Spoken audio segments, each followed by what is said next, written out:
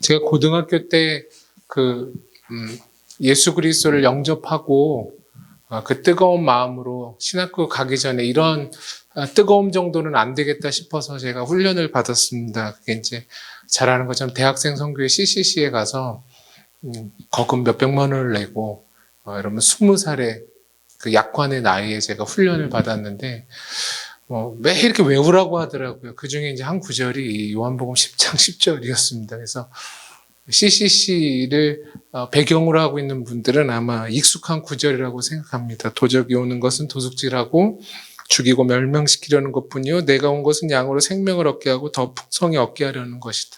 앞뒤는 잘 모릅니다. 하여튼 이 구절은 주구장창 외웠습니다.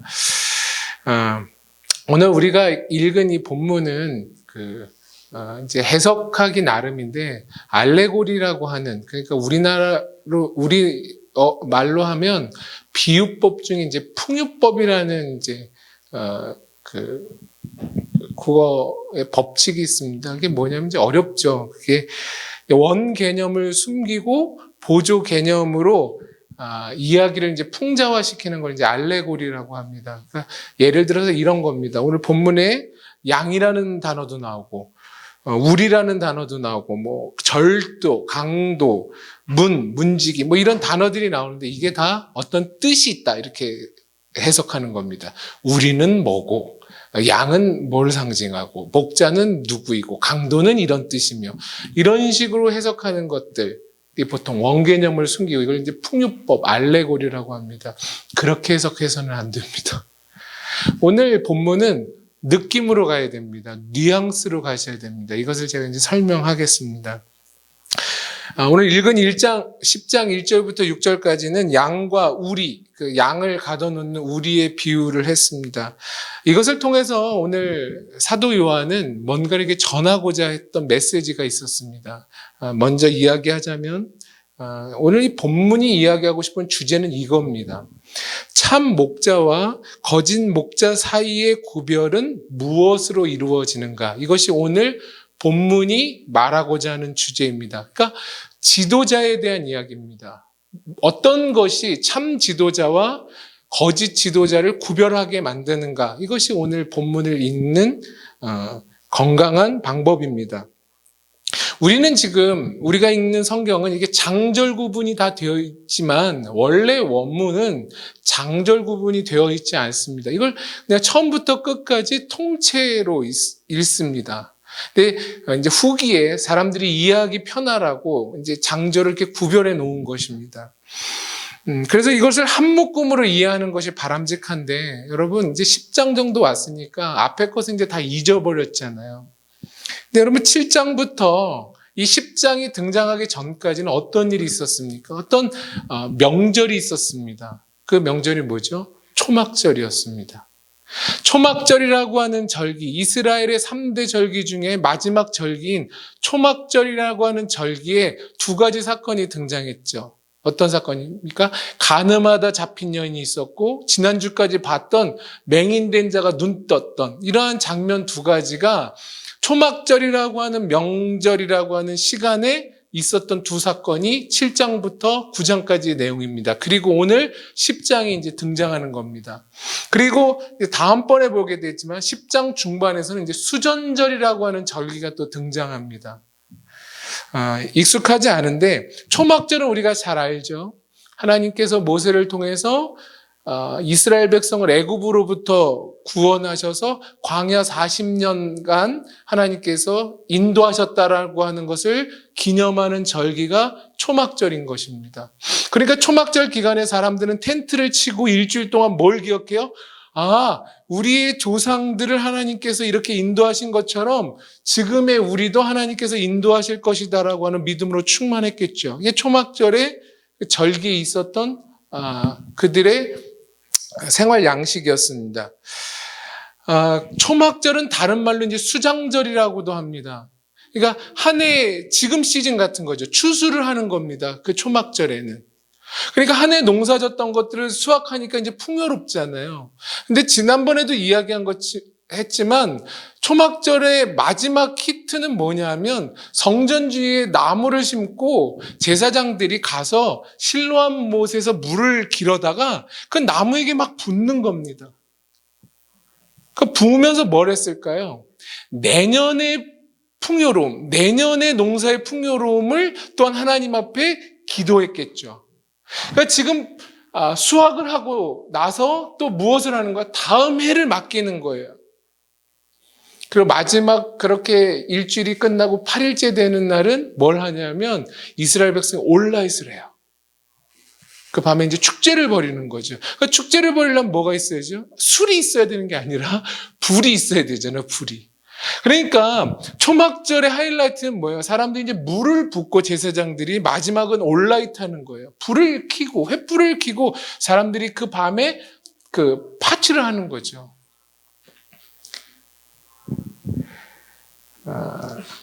그런 분위기 속에 예수가 뭐라고 얘기하면 나는 빛이다 이렇게 얘기를 한 거예요.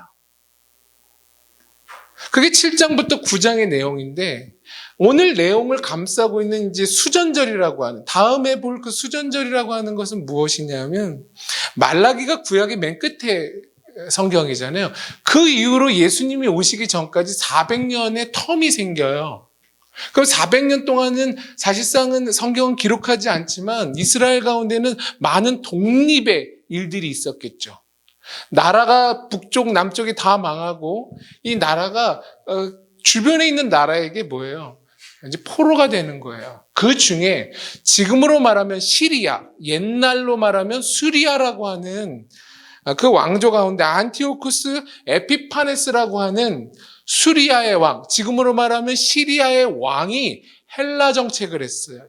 그리스화 시키려고 유대 성전에 제우스 신상을 갖다 놓았어요. 그런 일을 말라기부터 예수님 오시기 전에 BC 한 2세기 전에 그런 일들이 있었어요. 얼마나 욕되게 한 거예요. 하나님의 성전에 그리스 제우스 신상을 갖다 놓은 거예요.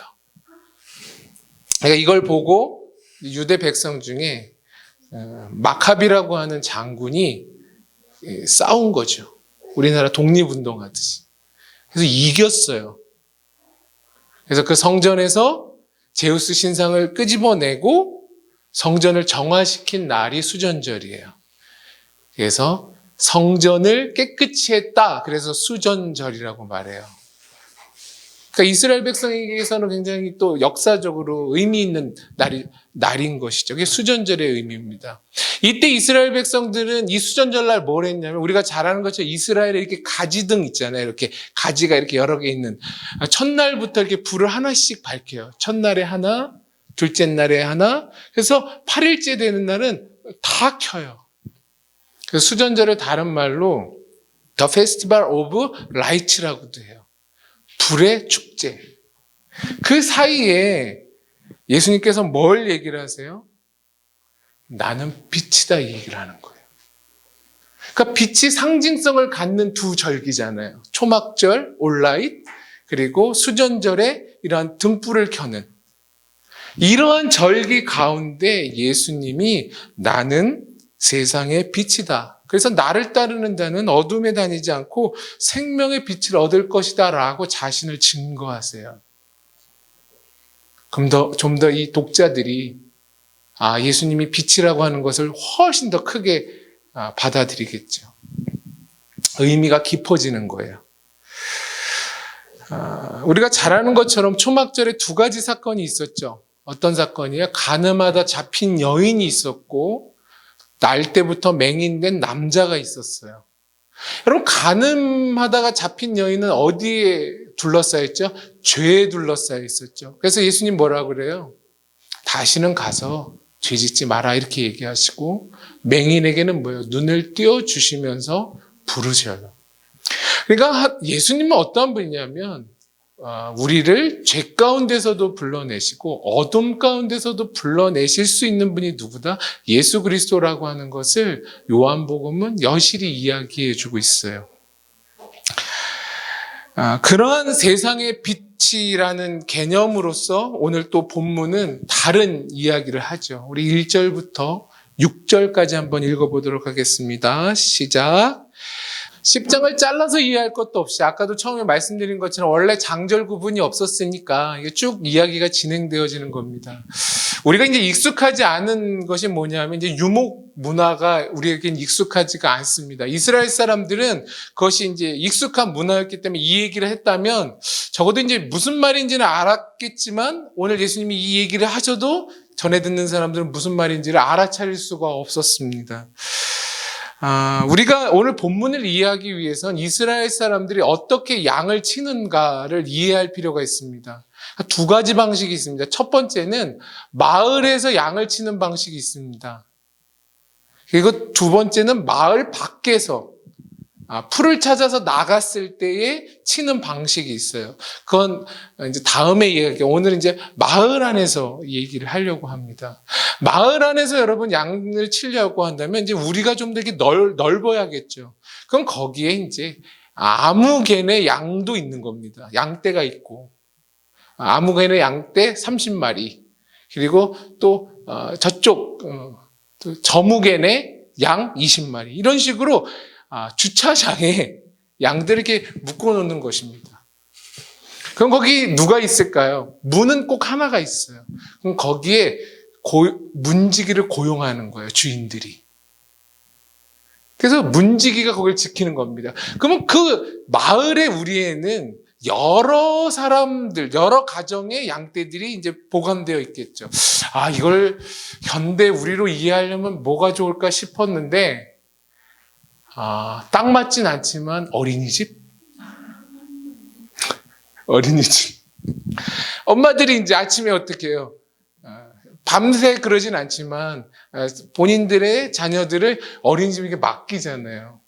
그럼 거기 누굴 두는 겁니까? 송건우 집사님 같은 사람을 두는 겁니다. 그러면 이제 이제 퇴근하시고 오셔서 뭐 하는 거예요? 이제 찾으시는 거죠.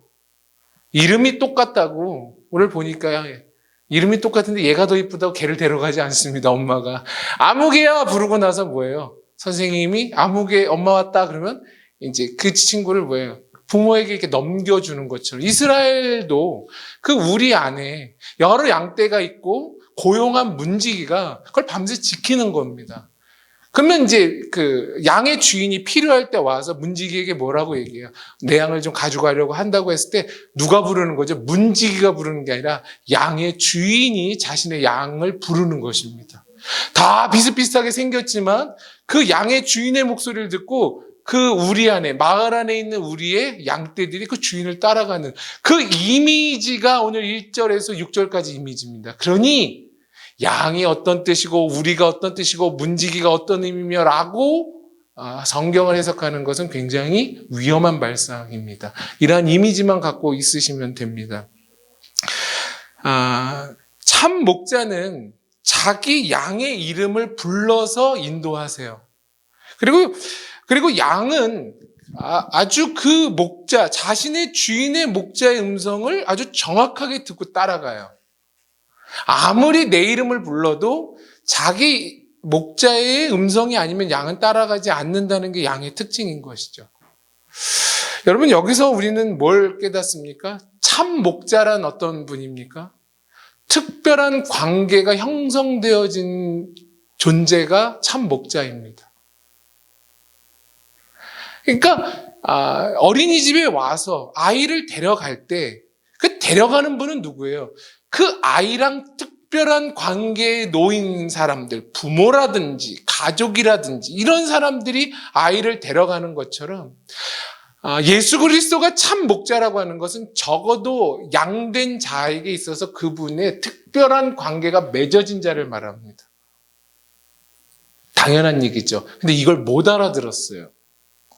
이거를 바울은 이렇게 설명합니다. 로마서 8장 28절에 제가 읽어드릴게요. 우리가 알거니와 하나님을 사랑하는 자, 곧 그의 뜻대로 부르심을 입은 자들에게는 모든 것이 합력하여 선을 이루느니라.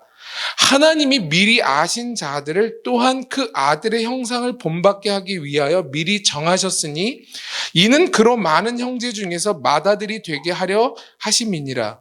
또 미리 정하신 그들을 또한 부르시고 부르신 그들을 또한 의롭다 하시고 의롭다 하신 그들을 영화롭게 하셨느니라. 그러니까 하나님께서 하나님의 사람을 뭐라고 하면 자녀라고 말씀하십니다. 그리고 자녀를 부르신 이유가 뭐예요? 그 자를 의롭다 하시고 영화롭게 하기 위해서 자녀를 불렀다라고 말합니다. 그러니까 이거 특별한 관계가 맺어진 것이죠. 오늘 참목자와 양에게는 이러한 관계가 형성되어 있습니다. 근데 이제 7절에서는 이미지가 변경됩니다. 어떤 이미지냐면 마을 밖의 이미지로 다시 바뀌어져요. 그러니까 마을 밖에서는 양 치는 게 좀 달라요. 어떻게 치냐면 이제 보통 꼴을 먹이기 위해서 주인들이 양들을 데리고 며칠씩 나가지 않습니까? 캠프를 하잖아요. 그럼 거기에 어쨌거나 그동안 이제 뭐 쌓아놨던 돌무더기라든지 덤불들이 있었을 거 아니에요. 근데 꼭 문은 한 개입니다. 근데 마을 밖에서는 주인이 자기 양들을 어떻게 저녁에 가두어 지키고 보호하냐면 본인이 그 문에 누워서 잡니다. 그게 이제 7절에서 10절을 이해하는 방법입니다. 이거 다 같이 이스라엘 가서 보면 얼마나 좋을까요? 그죠? 다 같이 이렇게 설명하고. 그러니까 그런 두 가지, 우리한테는 익숙하지 않지만, 이런 것들을 우리가, 이렇게 이미지로 이해해야 되는 거죠. 그런 이미지가 있다면 7절부터 10절까지의 내용이 이해가 될 것입니다. 양의 문은 하나입니다. 울타리가 있고 하나밖에 없는 그 문에 목자가 이제 주무시는 겁니다. 그러니까 양이 밖을 나가려면 목자를 밟고 나가야 되는 거죠, 정말. 그것이 마을 밖에서 벌어지는 양을 치는 방법입니다. 계속해서 누가 등장하냐면 목자라고 하는 비유가 등장합니다. 여러분, 우리에게 있어서 목자 그러면은 이게 확 와닿는 게 없지만 이스라엘 사람들은 적어도 수천 년 동안 유목민이었기 때문에 양을 키우는 자였기 때문에 이들은 목자 그러면 떠오르는 이미지가 있었습니다. 오늘 본문이 무엇을 배경으로 했냐면 우리 에스겔서입니다. 한번 가보겠습니다. 에스겔서 34장 1절부터 16절까지 보겠습니다. 에스겔서 구약 1203페이지에 에스겔서 34장 1절부터 16절 이 말씀을 배경으로 오늘 본문을 이해하는 것이 바람직합니다. 여러분, 이 본문은 이제 10장 중반에 등장하는 수전절이라고 하는 절기에 성전에서 낭독하는 구약 본문 중에 하나입니다. 그러니까 여러 본문들을 그 절기에 성전에서 낭독하게 되는데 그 중에 하나가 이 에스겔서 34장의 이야기입니다.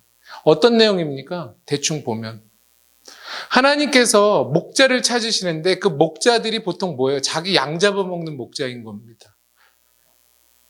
그리고 양들로 흩어지게 만들고 유리하게 만드는 목자들이 등장합니다. 그래서 계속적으로 반복되어지는 말은 뭐냐면 목자들아 여호와의 말씀을 들을지어다 그러면서 계속적으로 반복해서 말씀하세요. 그래도 안 들으니 나중에는 뭐라고 얘기해요? 내가 친히 가서 목자가 되어서 좋은 꼴과 음식 흩어져 있는 것들을 모으겠다라고 말씀하세요. 이것이 에스겔서 오늘 저희가 읽었던 요한복음 10장의 배경이 되어지는 말씀인 것입니다.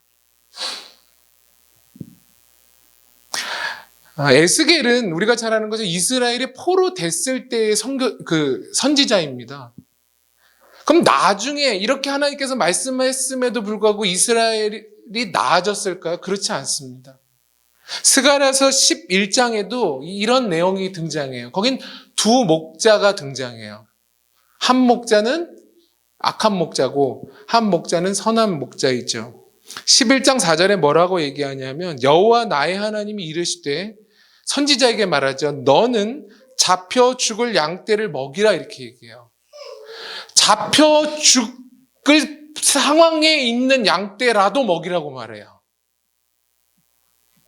그러니까 스가랴는 나중에 포로된 다음에 돌아왔을 때의 선지자거든요. 그때에도 이스라엘 백성의 목자들은 괜찮지 않았어요. 그러니까 양떼가 지금 다 죽게 생겼다. 그래도 먹여라. 그런 목자를 내가 찾는다라고 얘기를 해요. 근데 11장 7절에 스가랴에서는 뭐라고 얘기냐면 내가 잡혀 죽을 양떼를 먹이니 참으로 가련한 양들이라. 그러니까 죽는 걸 아는데도 먹이시는 거예요. 그게 누구라고요? 하나님이신 거죠. 이런 목자의 이미지가 이스라엘 백성에게는 이게 주어졌어요. 예레미야에서도 등장해요. 예레미야 23장 1절에서 6절 제가 읽어드릴게요. 잘 들어보세요. 목자를 어떻게 설명하는지. 주 여호와의 말씀이니라 내 목장의 양떼를 멸하며 흩어지게 하는 목자에게 화가 있으리라. 그러므로 이스라엘 하나님 여호와께서 내 백성을 기르는 목자에게 이와 같이 말씀하시느니라. 너희가 내 양떼를 흩으며 그것들을 몰아내고 돌보지 아니하였도다.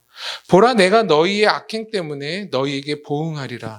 여호와의 말씀이니라. 내가 내 양떼에 남은 것을 그 몰려갔던 모든 지방에서 모아 다시 우리로 돌아오게 하리니 그들의 생육이 번성할 것이며 내가 그들을 기르는 목자들을 그들 위에 세우리니 그들이 다시는 두려워하거나 놀라거나 잃어버리지 아니하리라. 여호와의 말씀이니라. 여호와의 말씀이니라. 보라 때가 이르리니 내가 다윗에게 한 의로운 가지를 일으킬 것이라. 그가 왕이 되어 지혜롭게 다스리며 세상에서 정의와 공의를 행할 것이며 그의 날에 유다는 구원을 받겠고 이스라엘은 평안히 살 것이며 그의 이름은 여호와 우리의 공이라 일컬음을 받으리라. 이게 무슨 내용인 거죠? 하나님께서 목자를 찾는데 자신의 양들을 제대로 먹이지 않는 목자는 내가 저주하겠다. 그러면서 다짐하시는 게 뭐예요? 내가 때가 이르면 다윗 왕을 통하여 의로운 가지를 일으킬 것이다. 그가 결국 뭐예요? 하나님의 백성을 먹이시고 살리실 것이다. 그 가지의 자손이 누구죠? 우리가 아는 것처럼 예수 그리스도잖아요. 예레미야 때 이렇게 예언하고 계신 거예요. 이스라엘 민족에게 있어서는 목자의 비유는 굉장히 익숙한 비유였어요. 목자는 뭘까요? 목자의 정의는 뭐죠? 구약시대 때 성부 하나님을 대신하여 다스림을 했던 실제적으로 보이는 존재들이 목자였어요. 대표적인 사람들이 누구죠? 제사장이 있고 선지자들이 있었고 또 사사도 있었고 또 왕도 있었잖아요. 이런 사람들이 다 하나님을 대신해서 하나님의 백성을 다스리는 자로 섰다고요. 그런 사람들을 성경 구약은 다 목자로 비유해요. 근데 우리가 잘 아는 것처럼 이 사람들은 하나님의 뜻 그리고 하나님의 마음을 잘 대변해 줘야 되는 역할임에도 불구하고 거의 실패했잖아요. 여러분 구약을 쭉 읽어보세요. 그런 것에 괜찮았던 제사장이나 선지자, 왕이 몇 안 되죠. 뭐 사무엘 정도? 그리고 몇몇의 선지자, 왕으로서는 누구죠? 뭐 다윗 몇 명 없어요. 수많은 선지자와 제사장 그리고 왕들이 등장하지만 그 모두가 하나님의 뜻과 하나님의 마음을 전달하고 하나님의 백성을 다스리는 데 있어서는 다 실패했다고요. 그러니 하나님께서 뭘 하시죠? 작정을 하시잖아요. 내가 목자가 되겠다. 그렇게 오신 분이 누구죠? 요한복음 10장은 예수 그리스도라고 증거하는 거예요. 그렇다면 예수님 당시에는 누가 목자 역할을 했죠? 오늘 본문에서 예수님과 대화하고 있는 서기관들이나 바리새인들이 영적인 지도자로서 목자 역할을 하고 있었다는 거죠. 그런데 우리가 아는 것처럼 뭐예요? 이들은 하나님의 뜻과 하나님의 마음을 전달하는 데 있어서 실패한 자들로 등장하죠. 왜? 간음한 여인을 대하는 것이나 맹인된 자를 대하는 말과 태도가 하나님의 마음과 뜻을 비춰보기에는 너무 턱없이 역부족이었다는 사실을 우리는 지금까지 봐왔던 것입니다. 그렇다면 누가 참 목자입니까? 오늘 요한복음은 그렇게 얘기하죠. 구원을 가져오는 자, 생명을 가져오는 자가 참 목자인 거예요. 그리고 그 양들에게 양식을 풍성히 얻게 하려는 사람이 참 목자라고 이야기합니다. 여러분, 구약으로부터 예수님 당시까지 끊임없이 하나님께서 허락하신 목자들이 실패했지만 그것을 선한 목자라고 하는 이미지로 마침점을 찍으신 분이 누구죠? 예수 그리스도라고 하는 겁니다. 그 분을 성경은 메시아로서의 목자라고 얘기를 해요. 그러니까 오늘 본문이 끝나면 우리에게 남는 건 예수 그리스도가 남아야 되는 거죠. 1차적으로 그 어떤 인간도 아닌 예수 그리스도만이 한 사람에게 생명과 구원을 일으키고 그 사람으로 하여금 그 사람답게 양식과 꼴을 주실 수 있는 분이 예수 그리스도라는 거예요. 하지만 우리가 더 나아가서는 그렇다면 하나님께서 지금도 세우신 하나님의 목자가 있을 것 아니에요. 저는 여러분들이 이 교회 얼마나 있을지도 잘 모르겠고 앞으로 뭐 저와 평생을 한다라고 가정을 할 수 있을까 모르겠지만 오늘 여러분이 하나 꼭 기억하셔야 될 것, 여러분의 인생 가운데 참 목자, 참된 목자를 구별할 수 있는 방법은 이 10장 전에 등장했던 맹인의 교훈을 통해서 알 수 있는 거예요. 누가 참 목자일까요? 여러분, 영적인 감각을 깨울 수 있는 사람이 참 목자입니다. 여러분이 앞으로 사실 날 동안에 꼭 그러한 분들을 만나기를 바랍니다. 이 교회에서 그런 걸 느낄 수 없다면 여러분 이 교회 다니실 필요가 없어요. 그러니까 참 목자, 참된 목자는 우리 모두에게 믿음을 일으키는 목자가 좋은 목자인 것입니다. 누구를 향한 믿음? 하나님의 말씀과 예수 그리스도를 향한 그 믿음을 일으키는. 그러니까 말씀을 전하거나 관계를 했을 때 그 당사자가 남는 게 아니라 그 당사자는 감춰지고 예수 그리스도와 그분의 진리가 남게 하는 그 사람이 참된 목자이죠. 마지막은 뭡니까? 예배케 하는 목자가 참 목자인 것입니다. 그러니까 내가 그 사람을 만났을 때 영적인 감각이 깨어나고 믿음이 발생되어지고 하나님을 향하여 예배하고자 하는 사람, 그럼 꼭 기억하십시오. 그게 아니라면 우리가 따르고 있는 목자를 우리는 의심해 봐야 합니다. 결국 참된 목자는 성경이 말하는 진리를 기반으로 하는 사람, 그렇게 사람을 살리는 사람이 참 목자입니다. 근데 오늘 본문에서는 요한복음 10장에서는 절도, 강도, 그리고 도둑질한다라고 하는 단어가 자꾸 등장하죠. 한마디로 말하면 훔치는 사람입니다. 저는 마지막 적용점을 일주일 동안 고민하면서 우리는 지금 살고 있는 이 인생 가운데 무엇을 도둑맞고 있을까? 라고 했을 때 가장 큰 것은 진리 같습니다. 그러면 그 사기당하고 강도당하는 거 기분 나쁜 게 뭐예요? 있는 것 뺏기는 거잖아요. 무력으로 뺏기고 속아서 뺏기고 이거 사람 메마르게 하는 거잖아요. 지금 우리가 그러한 시대에 사는 거죠. 우리 영혼은 뭘 뺏기고 있을까? 진리를 빼앗기고 있죠. 요즘 아십니까? 신천지가 과격하게 전도하는 거. 아주 저희 동네 보니까 아주 역에 대놓고 나와서 전도하더라고요. 뭐 요즘 말씀 대성회 한다고. 뭐를 뺏기는 거예요? 진리를 빼앗기고 있는 것입니다. 그리고 우리는 또 뭘 뺏기고 있을까요? 진리가 적용되어지고 있는 현실이라고 하는 일상을 빼앗기고 있습니다. 일상을 내팽개치고 물론 띠두르고 나와서 전도하는 분을 다 폄하시킬 마음은 없습니다. 훌륭하신 분이기도 하지만 자기의 삶을 뒷전으로 하고 결국 갈 그 나라를 위해서 일상이라고 하는 현실을 내팽개치어지는 걸 좋은 신앙이라고 생각하는 것은 오산입니다. 우리가 그런 걸 뺏겨요. 그 나라 갈 거잖아. 천국 갈 거니 이 땅에서는 정말 나를 그냥 이렇게 깡그리 무너뜨리고 부정해버리고 사는 것.